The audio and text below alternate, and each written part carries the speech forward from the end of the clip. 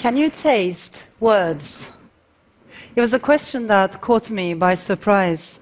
This summer, I was giving a talk at a literary festival, and afterwards, as I was signing books, a teenage girl came with her friend, and this is what she asked me. I told her that some people experienced an overlap in their senses so that they could hear colors or see sounds, and many writers were fascinated by this subject, myself included. But she cut me off, and a bit impatiently, and said, "Yeah, I know all of that. It's called synesthesia. We learned it at school. But my mom is reading your book, and she says there's lots of food and ingredients, and the long dinner scene in it, she gets hungry at every page."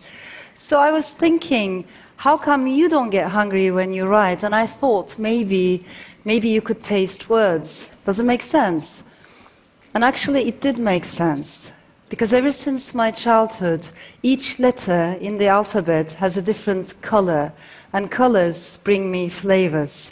So, for instance, the color purple is quite pungent, almost perfumed, and any words that I associate with purple taste the same way, such as sunset is a very spicy word.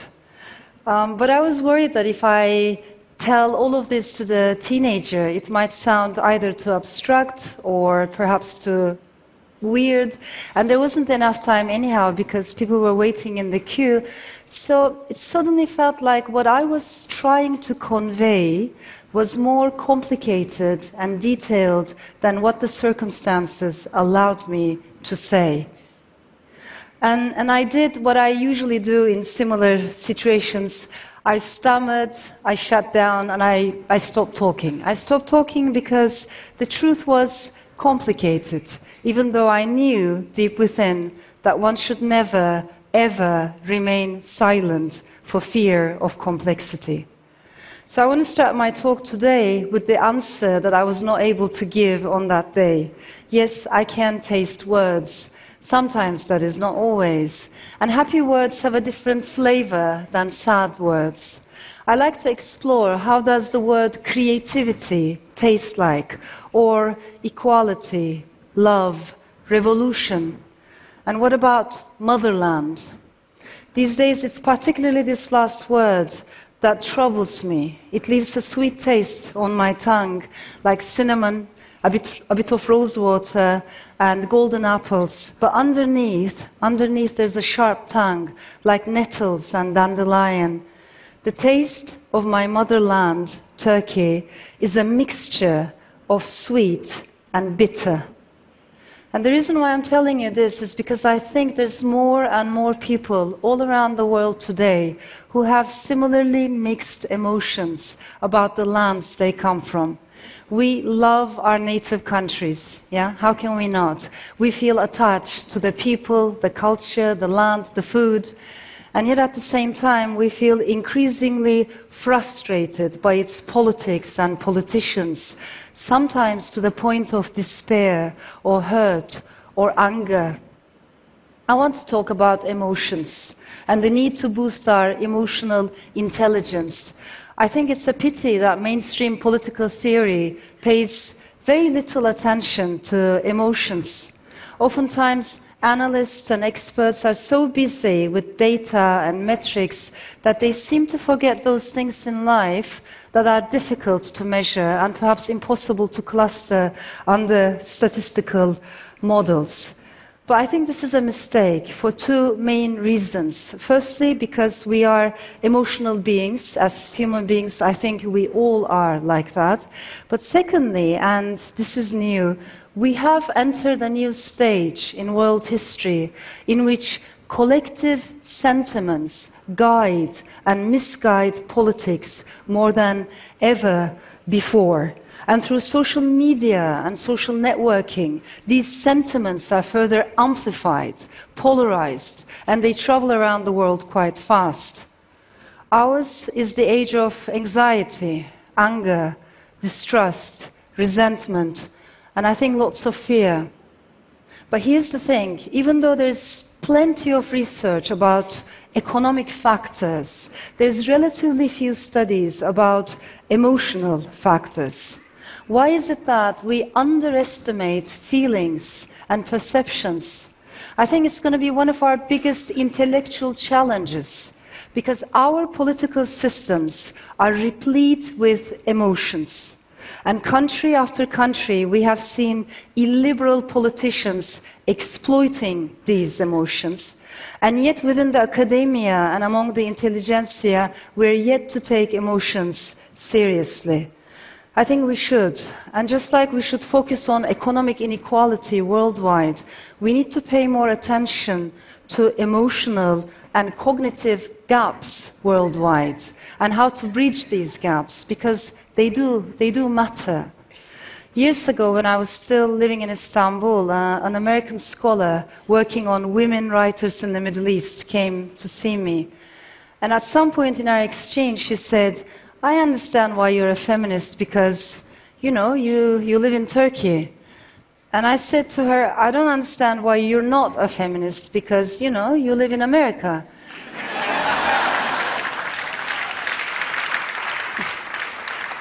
And she laughed. She took it as a joke, and the moment passed. But the way she had divided the world into two imaginary camps, into two opposite camps, it bothered me and it stayed with me. According to this imaginary map, some parts of the world were liquid countries. They were like choppy waters, not yet settled. Some other parts of the world, namely the West, were solid, safe, and stable. So it was the liquid lands that needed feminism and activism and human rights. And those of us who were unfortunate enough to come from such places had to keep struggling for these most essential values. But there was hope. Since history moved forward, even the most unsteady lands would someday catch up. And meanwhile, the citizens of solid lands could take comfort in the progress of history and in the triumph of the liberal order. They could support the struggles of other people elsewhere, but they themselves did not have to struggle for the basics of democracy anymore, because they were beyond that stage. I think in the year 2016, this hierarchical geography was shattered to pieces. Our world no longer follows this dualistic pattern in the scholar's mind, if it ever did. Yeah? Now we know that history does not necessarily move forward. Sometimes it draws circles, even slides backwards, and that generations can make the same mistakes that their great-grandfathers had made. And now we know that there's no such thing as solid countries versus liquid countries. In fact, we are all living in liquid times, just like the late Zygmunt Bauman told us. And Bauman had another definition for our age. He used to say, we are all going to be walking on moving sands. And if that's the case, I think it should concern us women more than men. Because when societies slide backwards into authoritarianism, nationalism, or religious fanaticism, women have much more to lose. That is why this needs to be a vital moment, not only for global activism, but in my opinion, for global sisterhood as well.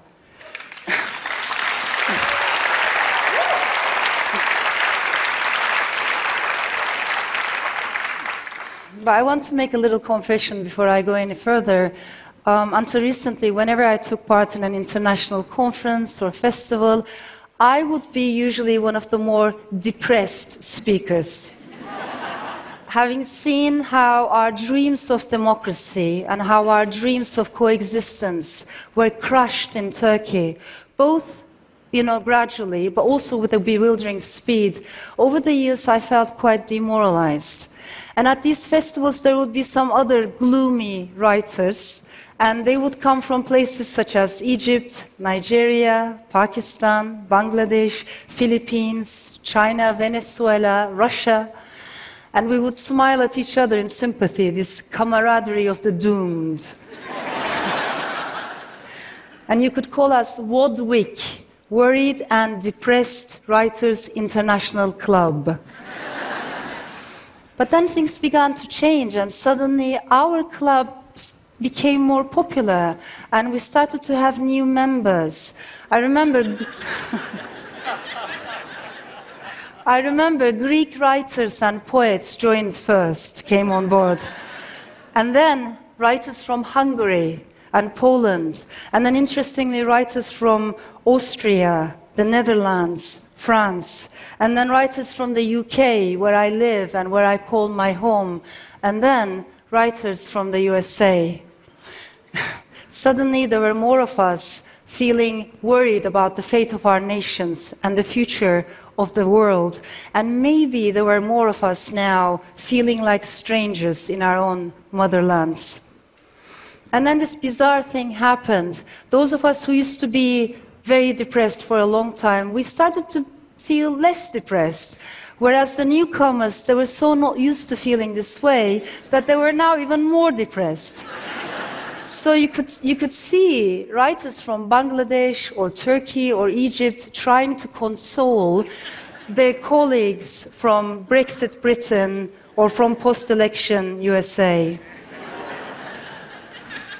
But joking aside, I think our world is full of unprecedented challenges. And this comes with an emotional backlash. Because in the face of high-speed change, many people wish to slow down. And when there's too much unfamiliarity, people long for the familiar.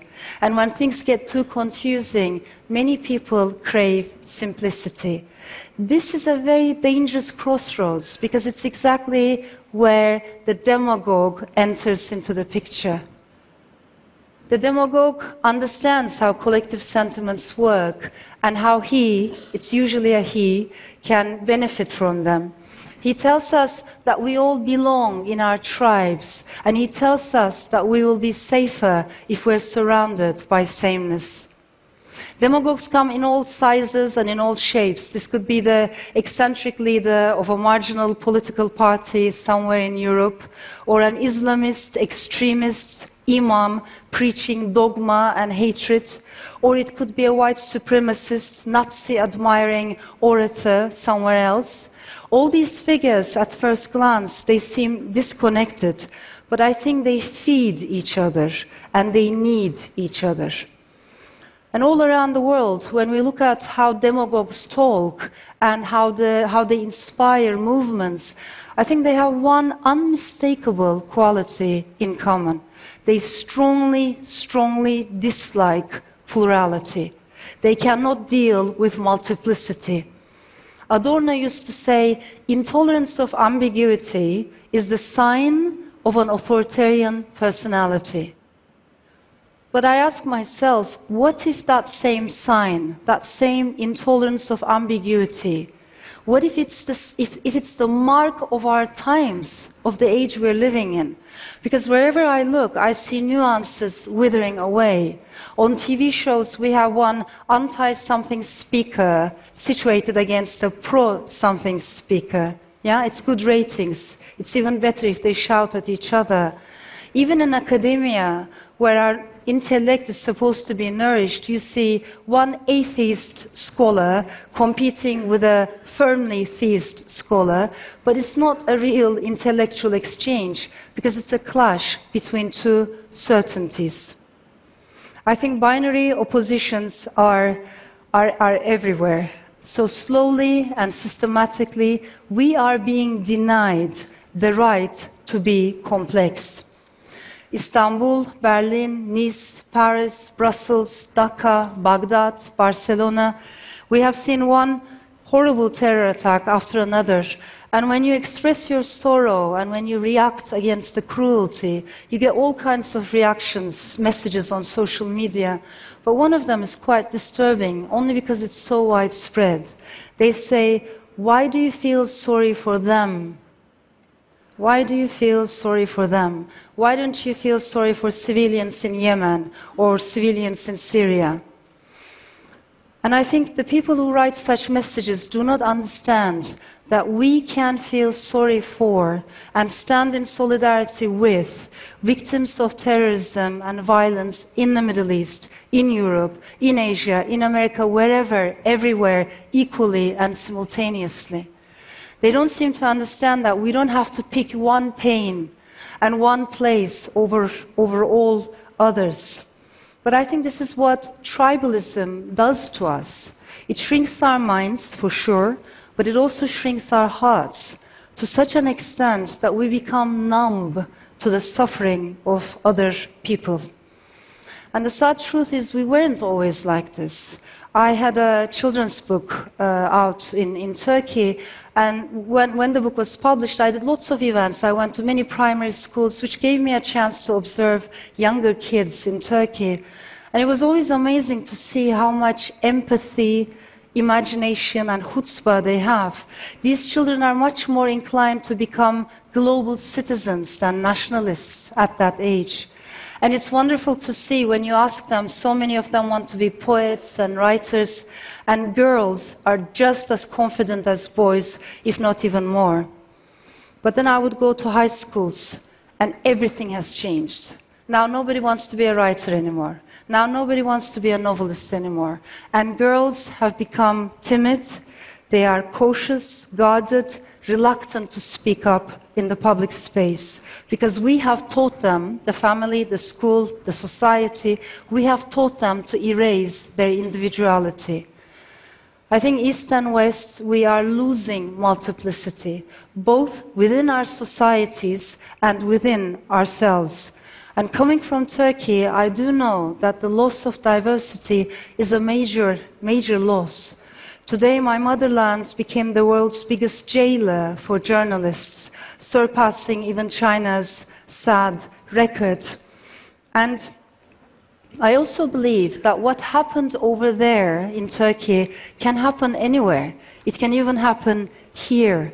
So just like solid countries was an illusion, singular identities is also an illusion, because we all have a multiplicity of voices inside. The Iranian, the Persian poet Hafiz, he used to say, you carry in your soul every ingredient necessary to turn your existence into joy. All you have to do is to mix those ingredients. And I think mix we can. I am an Istanbulite, yeah, but I'm also attached to the Balkans, the Aegean, the Mediterranean, the Middle East, the Levant. I'm a European by birth, by choice, the values that I uphold. I have become a Londoner over the years. I would like to think of myself as a global soul, as a world citizen, a nomad, and an itinerant storyteller. I have multiple attachments, just like all of us do. And multiple attachments means multiple stories. As writers, we always chase stories, of course, but I think we're also interested in silences, the things we cannot talk about, political taboos, cultural taboos. We're also interested in our own silences. I have always been very vocal about and written extensively about minority rights, women's rights, LGBT rights.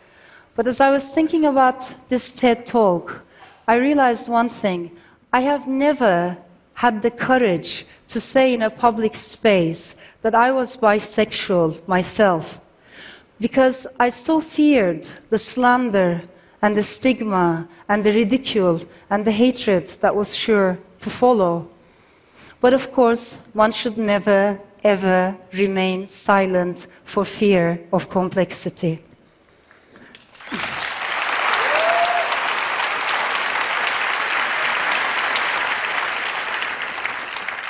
And although I'm no stranger to anxieties, and although I'm talking here about the power of emotions, I do know the power of emotions, I have discovered over time that emotions are not limitless. You know, they have a limit. There comes a moment, it's like a tipping point or a threshold, when you get tired of feeling afraid, when you get tired of feeling anxious.